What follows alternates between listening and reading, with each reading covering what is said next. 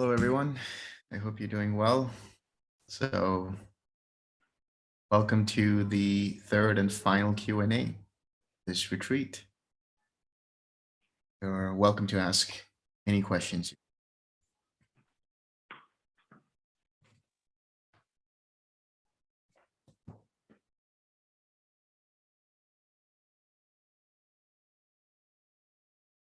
Okay, I'll start then.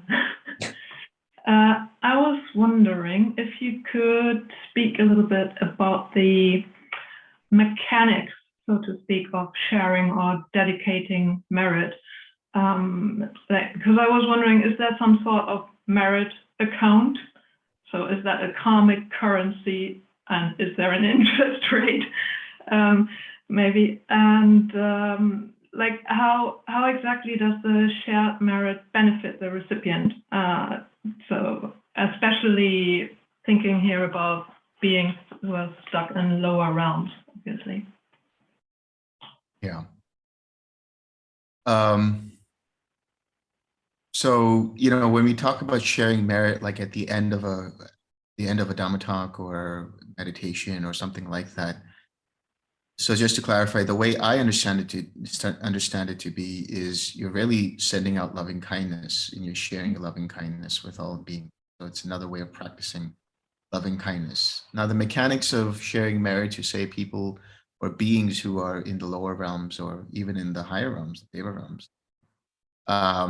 There are stories in what is known as the Petavatu and the Vimanavatu. So the Petavatu has to do with hungry ghosts, and the Vimanavatu has to do with certain devas and deva realms and things like that. So I don't know where it might be. I think it might be in the minor collection in the Khuddaka Nikaya. I'm not sure, but I got this from David Johnson, the Petavatu and Vimanavatu. And basically in there are stories of how beings are told to dedicate merit in order to bring that person or that being out of the hungry ghost realm, for example. There's a particular story I recall because I remember reading it for one of the talks I gave at Dhamma. It was the Halloween special talk on hungry ghosts. I might look for that one. And in that one, there was one story of where there was a woman who became a hungry ghost. And the idea was for her to continue on to the next life, she would have actually experienced a hell realm in her next life. But some sailors came across her and they were told to provide some requisites to the Sangha or to a Sangha member. And by doing so, dedicating that merit to that particular being. And so what happened is because of that merit, that being then experienced, rather than a hell realm, the Deva realm. So the idea is, or the mechanics of it in terms of how it works, is to be able to go to a Sangha member and provide them some requisites and then dedicate that merit of having provided those requisites to that Sangha member towards the person that you have in mind.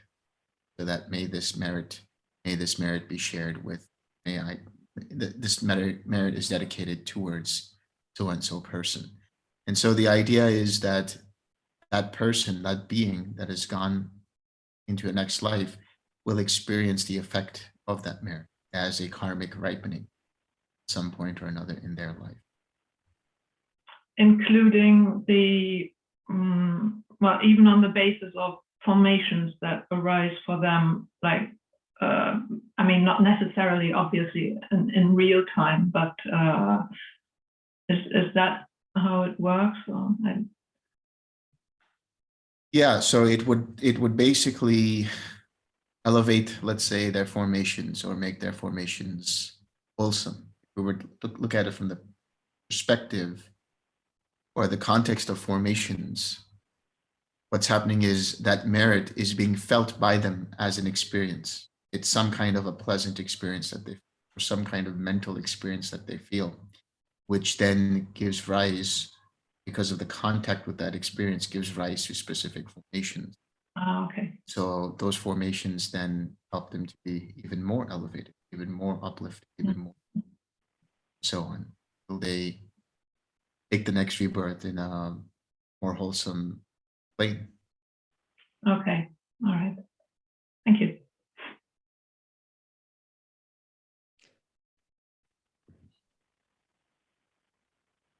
I'm trying to think of how I could phrase, I was going to say as a question rather than a comment, but take it as both, I guess, asking for your response. It's in response to that about merit. If you remember at the Halloween thing, there was someone who typed in a question, did the Buddha ever say this? And you said no. And that was me, as you may have guessed. Most of those stories, as far as I know, come from Hinduism. And they're kind of folk tales that, as happens in many, many traditions, get picked up by whatever the developed religion is, so-called developed religion is, and used, appropriated for that religion's purposes, as Christianity and Judaism and others have done. They seem to me to be completely foreign to what I know of what the Buddha himself actually said, and very, very much in the Hindu tradition, where as soon as someone dies, there's an incredible importance on doing all of the correct rites and making the offerings in order to aid that person on their passage into the afterlife. But of course, in a very different sense of what karma is and what the goal is, really. So yeah, I guess that's the comment part. And the question would be, what do you think of that? I do recall, actually. I do recall that question. And I don't think I've ever personally come across it. But, there was a comment by somebody on that video who noted, actually, there was one of the stories in which the Buddha did mention something about it. But it could have still been in the Petavatu.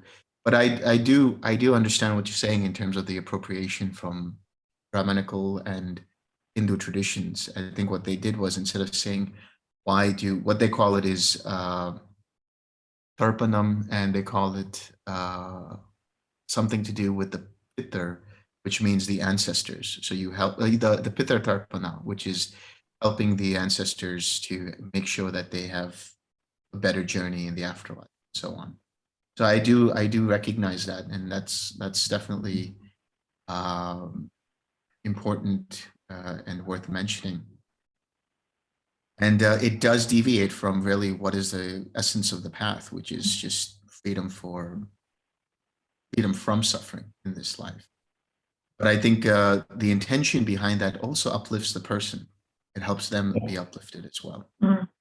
Yeah, that I could see would be very much, as you started out saying, the offering of loving kindness. So yeah. I also can add a comment. I don't think that it is in the way of giving your own karma away or things like that, because in the 5 daily recollections, which you can find in Anguttara Book of Fives, number 57, it says, I am the owner of my karma, I am born of my karma, I live supported by my karma, I will inherit my karma, whatever I do, whether good or evil, that I will inherit. So I don't think you can see this sharing of merit as being able to give your karma away to help another being as such. That would be at least how I understand it.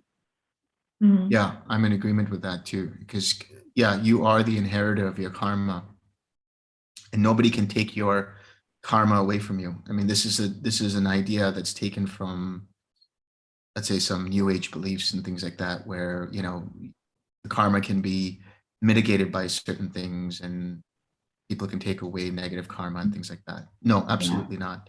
But I do feel Within, that you might influence other people so that they are able to create better karma by your example, exactly. or whatever. And I would also put forward the idea that even just sending loving kindness, as we do with regards to sharing merit, has some kind of effect. Obviously, it's not scientifically proven, but I would say that there is some kind of effect to be felt by the individual who receives that loving kindness in one way or another. Mm. Whether it's because the person who is sending loving kindness, in this case, let's say a little more practical example of they are sending loving kindness to a person, but then that translates to loving and kind words or a loving and kind tone of speech and loving and kind actions in one way or another, and that person experiences them. Now, as to when we talk about sending loving kindness out all throughout and maybe another person out somewhere else, that's a matter of, that's something else entirely. And some people do feel it and some people don't. And if they feel it, they feel it. But we can't really speak about how that whole process works, except to say that there are cases or there are examples of people who have reported that when they sent loving kindness to somebody halfway around the world, they somehow felt it, or they somehow were reminded of them and decided to call them, or whatever it was. So in the same way, I think using that principle, the idea of sharing merit or dedicating merit to another person in Hungry Ghost realm would be, as I said in the previous answer, where that experience is felt and the feeling or the contact with that experience is what gives rise to, let's say, the potentials for wholesome formations to come about, or to strengthen potentially wholesome formations that can then take root at the dissolution of that life to then give rise to a new, a better place. Yeah, makes sense. Yeah. Vaguely tied into that, I was also wondering about, well, they like officially in Theravada Buddhism, unlike in certain Mahayana traditions, like mind-to-mind transmission isn't a thing really, or at least it's not spoken of. I mean, from the impression that I got in certain places, under the hood, there's still quite a bit going on. And certainly what you just said about the loving kindness, the effect it has on others, and certainly I have felt it. It is a kind of transmission, if you will. So I was wondering if you have any more comments on that. Yeah, I think, based on my own experience, we did like an experiment while I was in Dhamma, for example. And there were 4 of us over there. And so we were going through each of the jhanas and, first, second, third, and fourth jhana and so on. And then we did a little different experiment where I said, okay, let's see if we can send out loving kindness to each. So I'm going to send loving kindness out to this particular person, and then this person is going to send out loving kindness to them, and just see what happens and see if you feel it.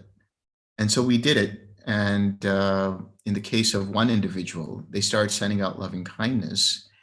And the other person who was the subject or, the receiver of that loving kindness or compassion, they said they felt this immense wave of relaxation just coming into them. That was their subjective experience.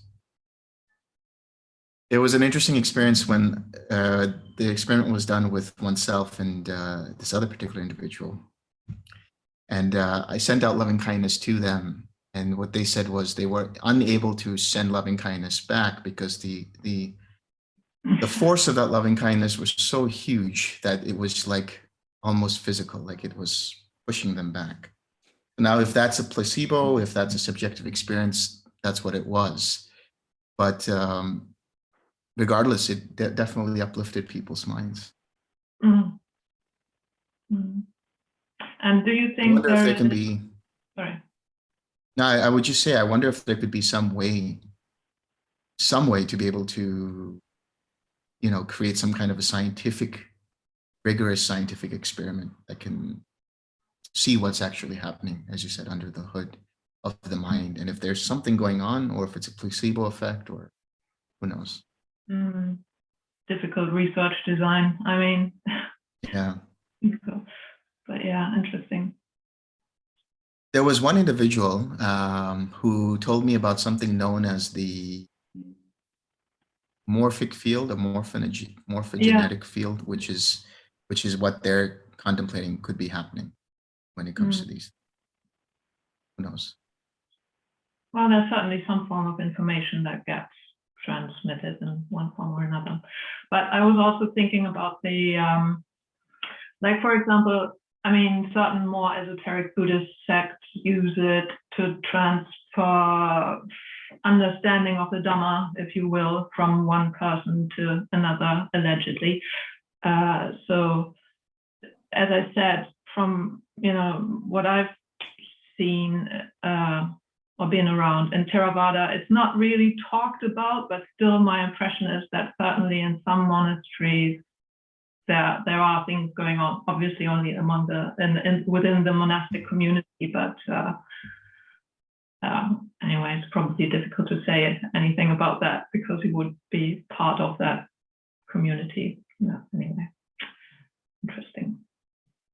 But also, like, vaguely related to that again, then the abhinyas, the higher knowledges or the powers.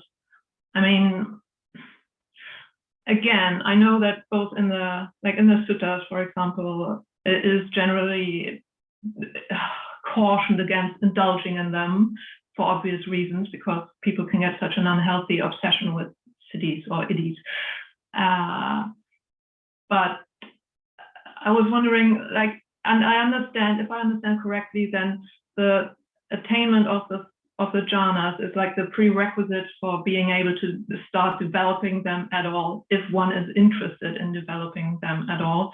But are they related to attainment levels then, or is that basically, yeah, once you have good skill of the jhanas, you can go that way if you're so inclined?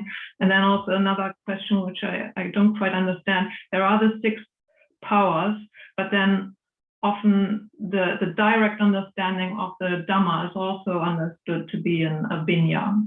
So is that then some kind of direct download you may get after a certain level of whatever attainment skill? Yeah. So when we talk about the six powers or the 6 abhinyas, they're basically what they're known as are super knowledges or higher knowledges.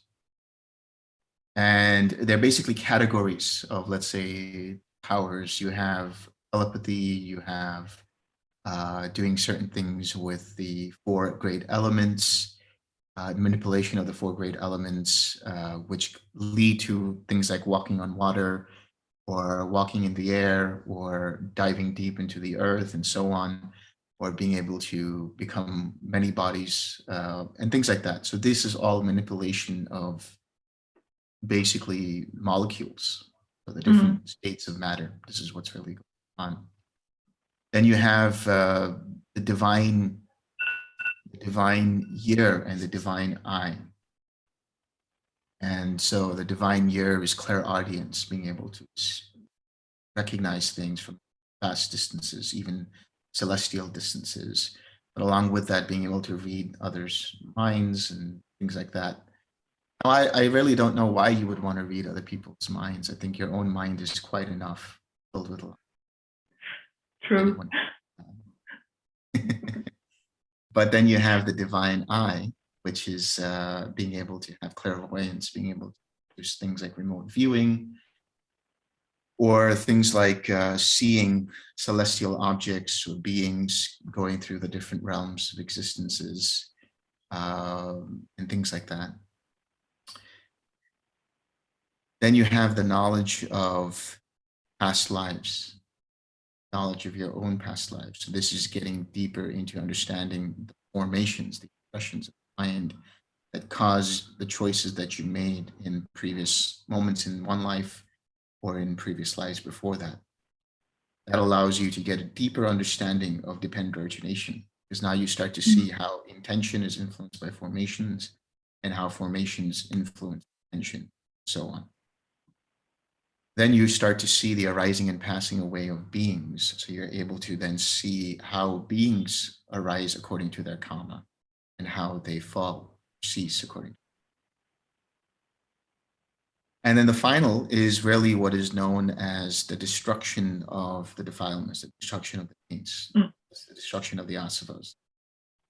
Now, there are people with inborn traits, or as we understand in the suttas, and even outside of the suttas, because of being in the Himalayas and other places, that there are people who report or who claim that they can read others' minds, or who can do certain kinds of siddhis or iddhis, as you said in Pali. And so they didn't develop jhana necessarily, but within this particular, let's say, tradition or this particular school of thought, the idea is you need a jhanic mind. And really what that means is you need a mind that is collected enough. And then we talk about the iddhipadas. And those are the four bases of spiritual power. And those are needed for any of the higher knowledges. Those are needed for any of the 6 higher knowledges, which means when you are in jhana, whether you know it or not, you are developing padas, but not for the sake of developing psychic faculties, but for the sake of the destruction of the taints. So none of these, with the exception of the 6th higher power, have to do anything with the attainments. Only the 6th one, which is the destruction of the asavas, is basically a destruction of any of the factors for rebirth or any more being. And so when you attain arahatship, then you are an arahat who has the 6th higher knowledge. But that is always associated with the arahat. And then you have different types of arahats. There are the arahats who have developed the 6 higher knowledges, or who haven't developed the 6 higher knowledges. And then there are the arahats who have the analytical knowledge. And there are those who don't have the analytical, and so on. But an arahat, by definition, is known as a kinasava, one who has destroyed the taints, one who has destroyed the defilements. And by that definition, they have attained that particular higher knowledge, the 6th higher. Okay. So would that then also, I mean, the whole issue of having direct understanding of the Dhamma would then also be like having the complete picture, which basically means having attained arahatship. Is that the case? Right. So when you go through the attainments, how it's understood is you have like a preview, or you have some understanding, and then it becomes clearer with each attainment of what the Dhamma is, in essence, the links of dependent origination and how they work. And then in arahatship, you have a complete understanding of that. So because of that complete understanding, there's no more fuel for the taints from arising. The reason the taints arise in the previous attainments is because there is still an I am there. There is still a clinging of self to that experience, that post-cessation experience. There's still a identification with it. There's still craving for it to happen again. But then the entry into arahatship would indicate that that mind sees it for what it is, that experience of cessation and the experience of post-cessation and touching or making contact with the nibbana element, all of that is impersonal. All of that is anatta. So none of it is taken to be a source of clinging or crave for. And therefore you have the destruction of being, the desire for being, taint of ignorance, and taint of sensual craving. In fact, in the case of the anagami, the taint of sensual craving is gone anyway, because they have no more sensual craving. But the taint for being is still there, and the taint of ignorance is still there. So that is completely destroyed when you in our. Right. Okay. Thank you.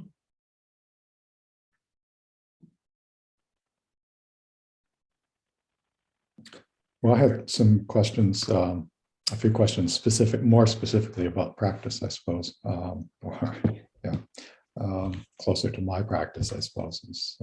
One, to do with cessation and path and fruition and such. One is, I think in the readings from karma, There was the one of the questions and answers, was it Bahia, where he asked the right question finally, but at the end instead of at the beginning. In there, he asked, I think is it that one? It's Kamabu, I think you're talking about. Okay. Kamabu. Yeah. I should get the names right so he's not maligned. He asks at one point, how does one enter into cessation? And the response is that the mind is prepared for entering into cessation. And then he says, well, how does one exit cessation? And is given the same response. And I can see how we are preparing our minds for entering cessation, but I don't, how is it that we are preparing the minds for exiting cessation? This addresses partly the fear of that the self feels, or myself feels. I assume it's fairly common in confronting the notion of, or the approach of cessation. What if it's forever? Right. It won't be forever, and you're not going to die. So Yeah, that's going to be sure, no one ever has. I'll let you know. I mean, so far I've never heard of anybody dying. So, but that's an interesting one, because Kamabu Sutta, that whole section, that whole part, is also in Majjhima Nikaya 44, which is the dialogue between Dhammadina and Visakha. And there's a similar kind of statement about cessation, or entering into cessation, in Majjhima Nikaya 43. And there's a difference in language. Now, as to whether that difference in language is because of the Pali, or whether it's because of the English translation of the Pali, we can't be sure, because I have to go through it and see what exactly it says in Pali. But based on the English translation, I can say this much. The understanding is one is an attainment and one is a predetermined experience. So how do you come out of cessation is already predetermined through your intention. So this is for somebody who has already mastered the determinations, and somebody who decides that they want to get into cessation. And so it's prepared to the extent that the mind knows that it'll enter into cessation and be there for a period of time. And then after the period of time, it comes out. Whereas the attainment itself, you cannot intend that attainment. But there's a difference. There's the Nirodha Samapatti, which is the ability to remain in the cessation experience for a predetermined time. And there is the attainment, which has to do with the actual entering into cessation and the weakening or the destruction of certain fetters.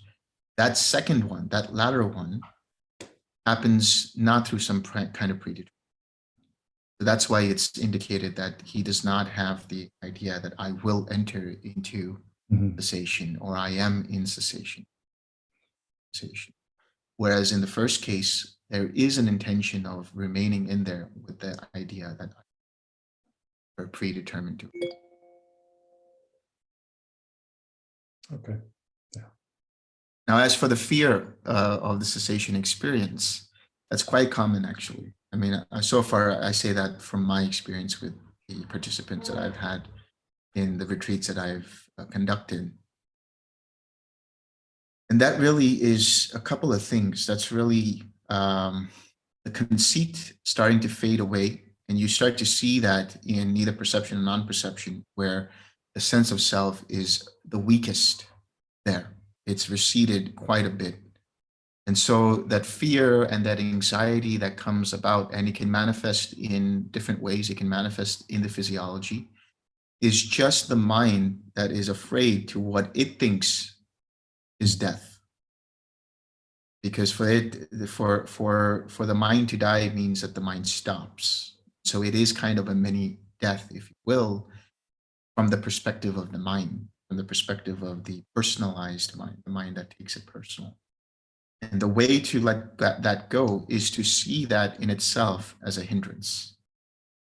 So seeing that anxiety and seeing it as being just restlessness and then using the 6 R's to let it go and relax into it and tranquilize, then there's a space between the experience and the actual event.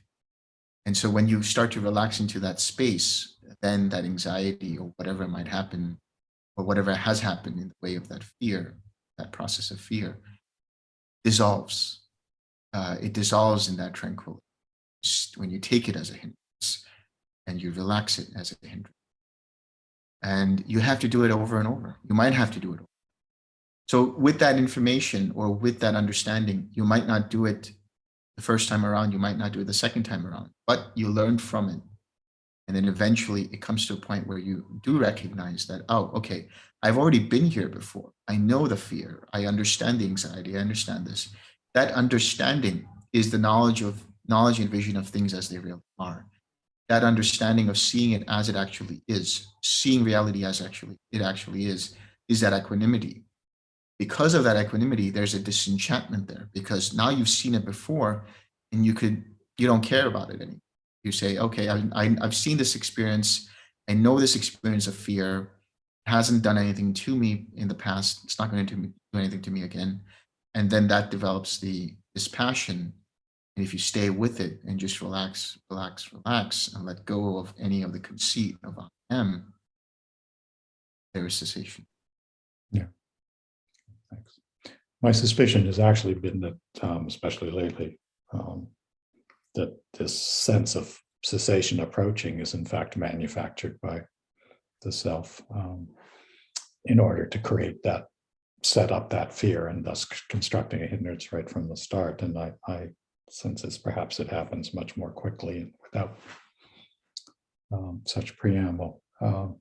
Generally, does the continue with cessation, generally, is it, this is also coming from your discussion of Nirodha, is it that it's very brief the first time and then it gets longer as you progress through the path? Usually it is quite brief. Now, the thing is, you can't really tell in terms of the time duration, but it probably lasts only a few minutes. A few moments. Let me correct myself, a few moments. So it might just be a couple of seconds and then come back up and you say, what was that? Now, as for the duration lasting longer, again, you couldn't really tell unless you were somehow timing it and had some brainwave detector or something to be able to indicate, okay, this was how long it was. But I would probably guess to say that it's, again, just a few seconds, just a few moments. It's only when you start to get into developing the experience of getting into Nirodha, conscious manner, intentional manner, is where then you can start to determine how long it will be. It could can last anywhere from for a few seconds, if you determine so, to up to 7 days. Yeah. Okay.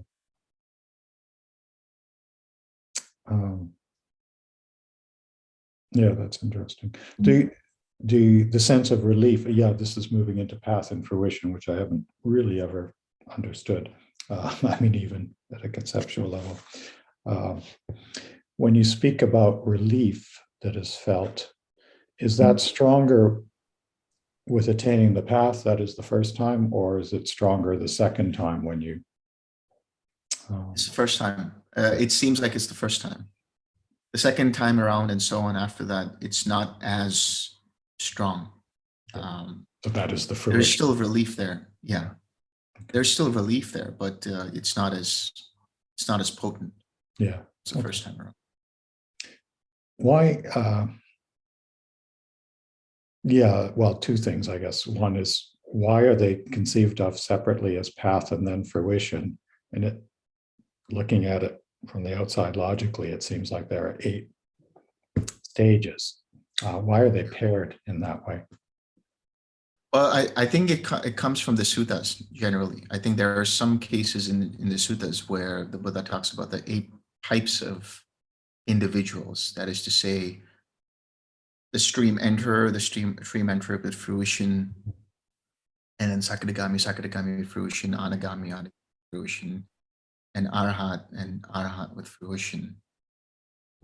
And my sense of that is that it's just another experience, another cessation experience that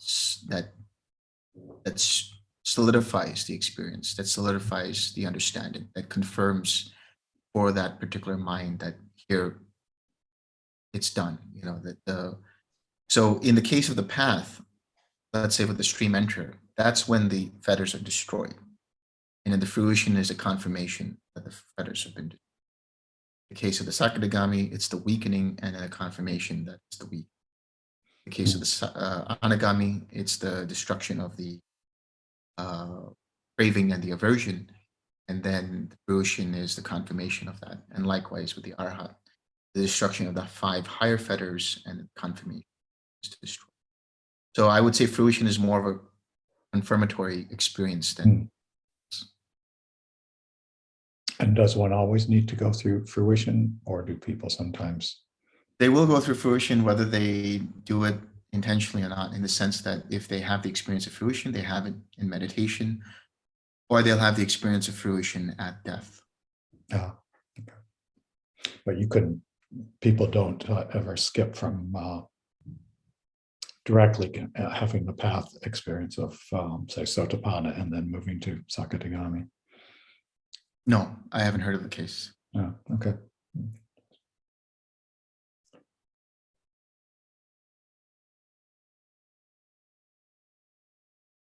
I thought I'd give other people a chance.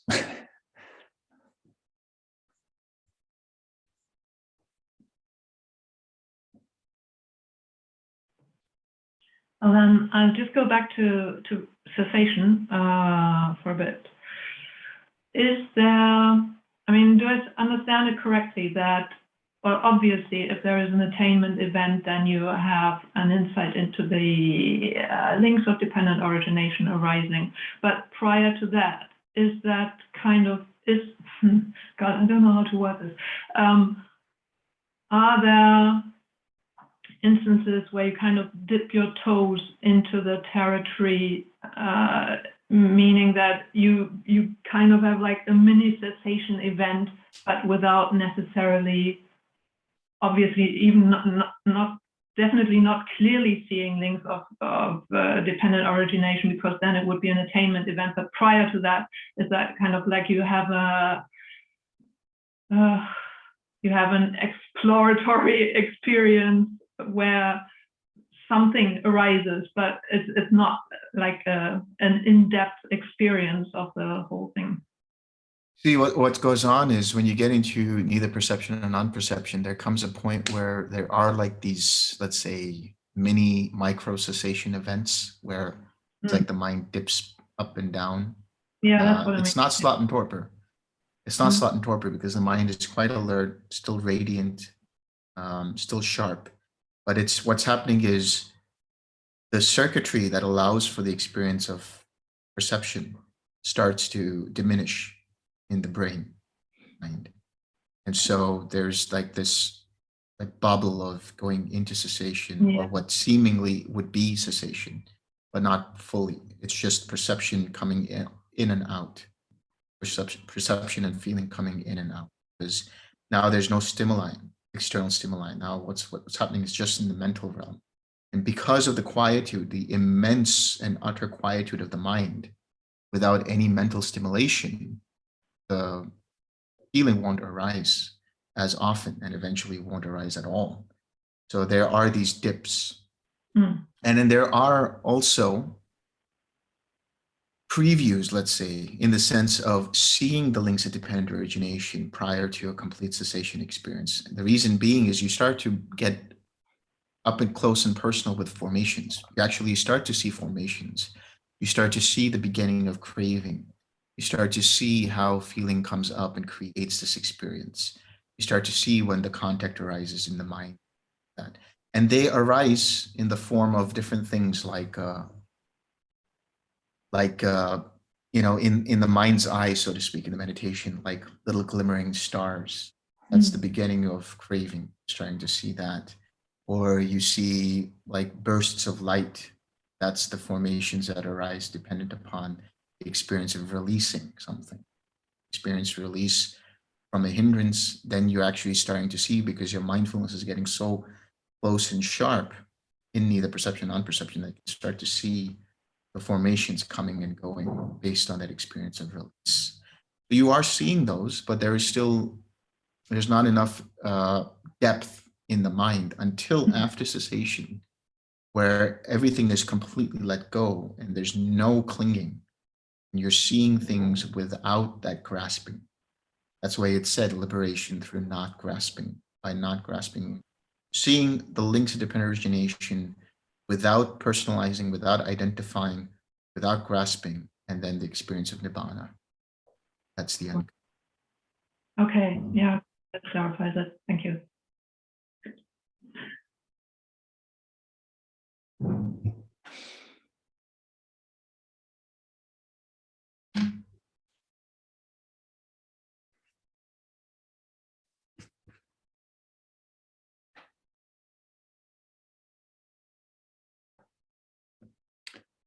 Well, I have more, and a couple of questions related to the eighth jhana then.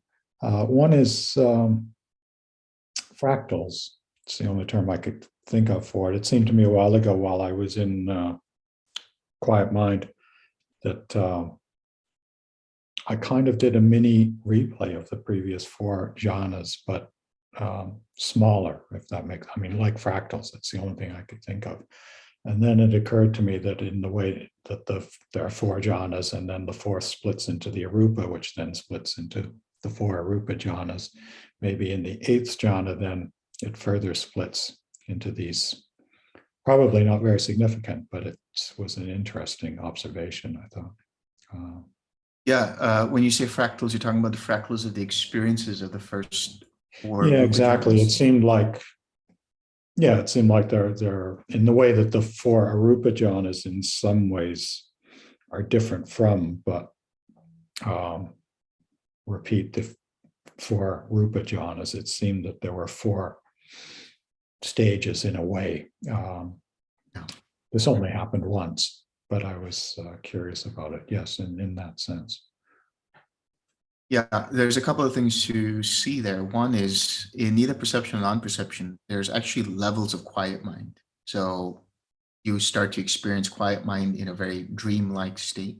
It's like you're awake and asleep at the same time, and you start to see disconnected thoughts and things like that. And then the quiet mind gets even quieter and quieter and quieter and subtler until finally there's nothing there at all. There's no vibration going on at all. Now, the second thing I'll say points to what you were talking about, which is what's quite possible is that you were revisiting, or the same formations that arose dependent upon the experience of those jhanas came about. Because this is really, as I said, at the neither perception and non-perception level, where you come up and close and personal with the formations. So perhaps the formations that arose were from the formations that were induced by the experience prior to the 4 jhanas. Okay. Make sense? Yeah. I don't know if I was clear about that. Yeah. Yeah, it makes sense. Yeah. I'll have to think about it if it happens again. But again, it's not a big deal. It's just one of those things, that you Yeah. just let go. That's the more important factor. Formations will arise, and they'll arise in different ways. You'll have experience of jhanas, you'll have experience of past lives, possibly. You'll have experiences from things that seem like from your childhood or from even your infancy, and Other people's childhood. well, could have been yours in a past life, who knows? But regardless of what that quality of formation is, when you experience it, all you have to do is let it go. Just keep letting go. Yeah.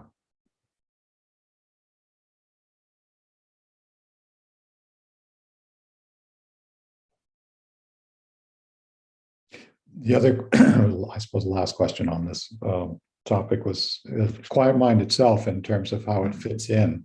It's not mentioned in the first time I came across it was when David Johnson wasn't David Johnson's book, but in MN 111.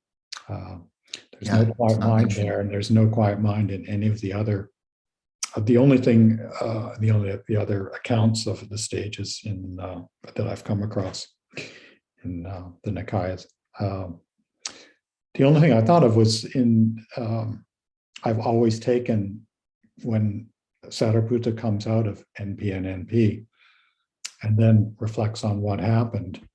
I've always taken that as, which seems natural, as returns to a normal everyday state.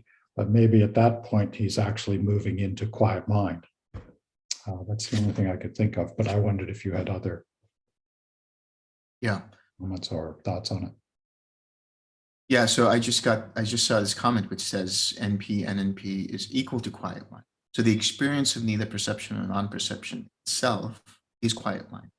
But in other words, quiet mind is the modern way of saying neither perception, non-perception. It's the equivalent of, it's basically the experience of neither perception or non-perception is quiet mind itself.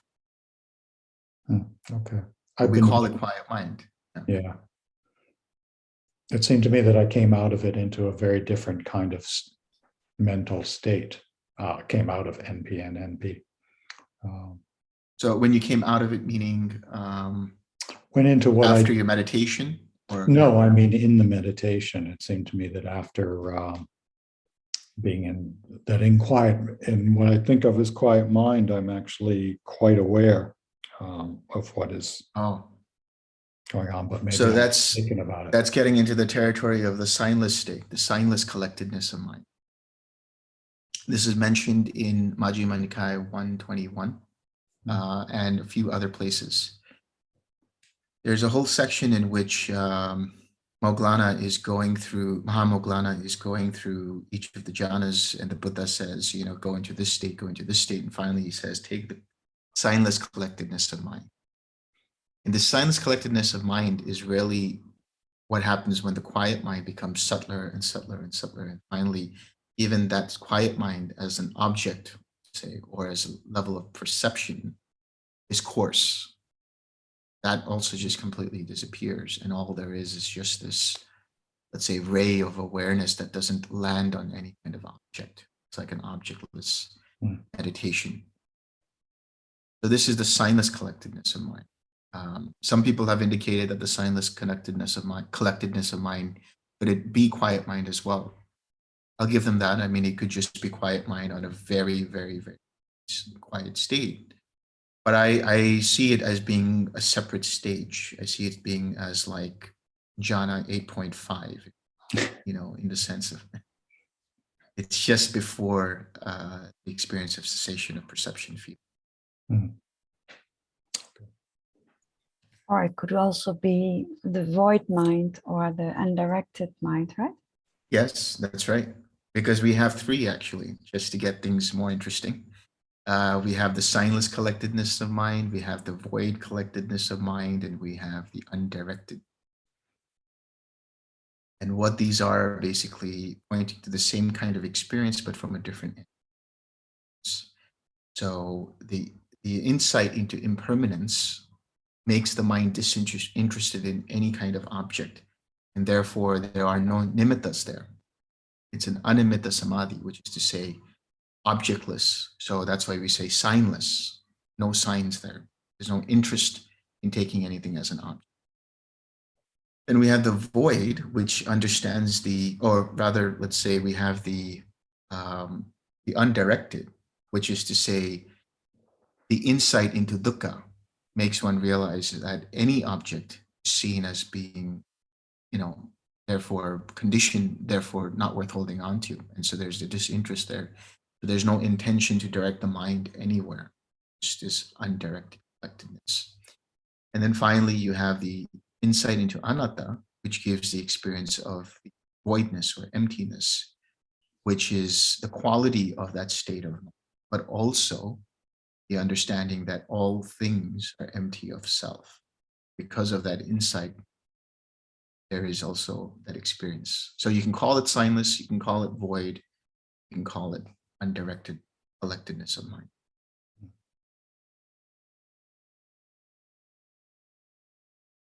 So jhana 8.5.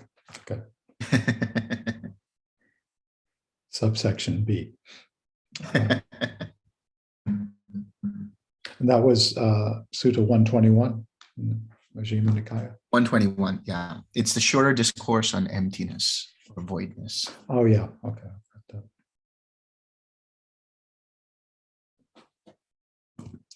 Thank you. You're welcome.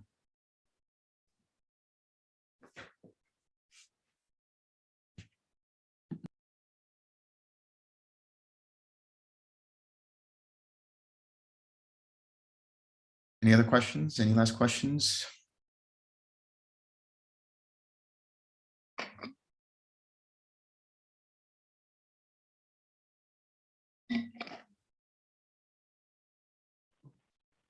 Another question, but I just wanted to express my gratitude to everybody who helped make this retreat possible. It has really deepened my understanding and elevated my practice. So thank you to really everybody in front of and behind the scenes. It's been such a great experience. Thank you.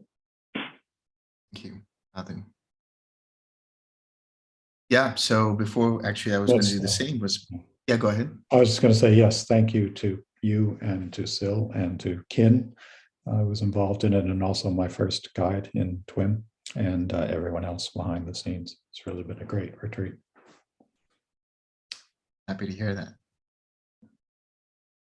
So I wanted to do the same thing, but you guys did it for me. But I also wanted to thank Sil and Kin because they've helped facilitate these Q&As, and they've been working in the background, and then of course Kuhn, who's sort of the architect of the matrix. He's the one who's like looking at the schedules and making sure everything's all in alignment and so on. Special thanks to him and everybody else. And thank you all, because you guys made the effort and progressed immense ways last 9 days. So thank you for doing the work. It makes my job much easier. Share some merit. May suffering ones be suffering free, and the fear-struck fearless be. May the grieving shed grief, and may all beings find relief. May all beings share this merit that we have thus acquired for the acquisition of all kinds of happiness. May beings inhabiting space and earth, devas and nagas of mighty power, share this merit of ours. May they long protect the Buddha's dispensation. Sādhu, Sādhu, Sādhu.